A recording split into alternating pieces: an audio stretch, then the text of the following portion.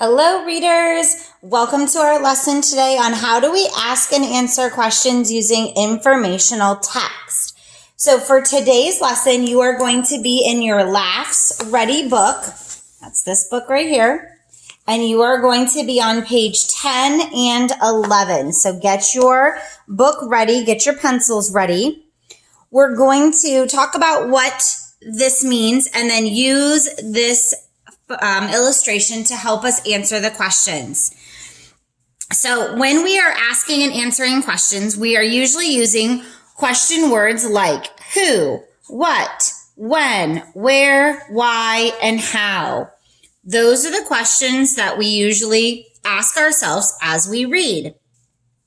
Then we look back in the text for key details that answer those questions. Those are called our text evidence.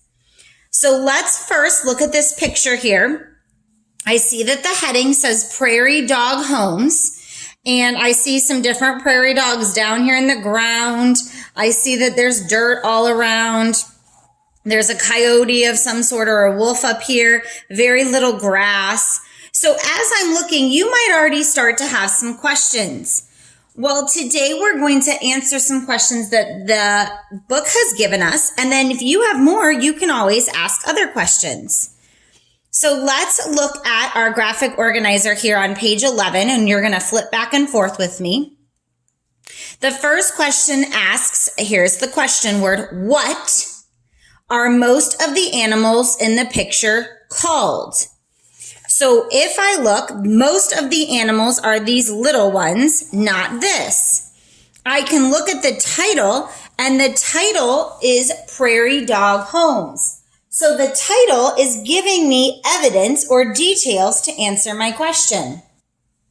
So they went ahead and said that. Our key detail is the title of the picture is Prairie Dog Homes. Therefore, I know that I can answer the question. And I'm going to use the question in my answer.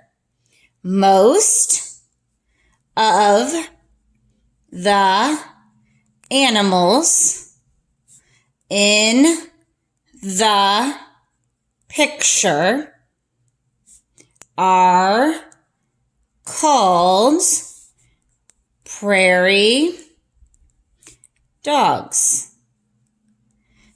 So I used my key detail. I used my question to formulate that together and got my answer. The next question asks, where do these animals live? That's a place. So I'm going to go back into my illustration here and look at some of the details. The first thing I notice is there's tunnels, and these tunnels are going down underground.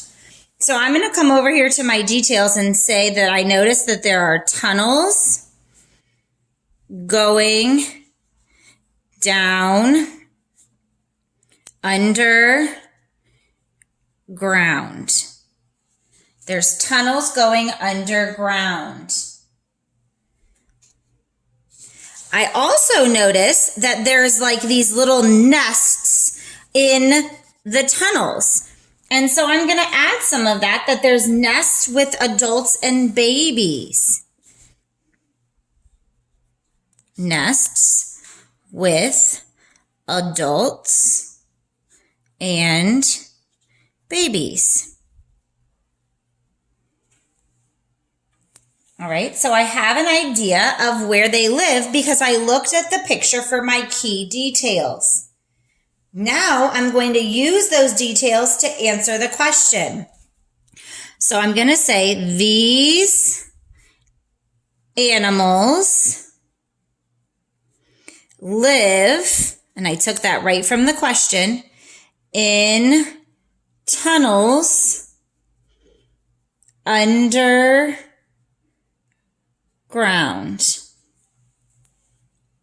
These animals live in tunnels underground. So I'm using the details and the question to answer. Now the last one asks, why do these animals live underground? So this is a cause and effect, why. So we're going to look and see, why are these animals underground?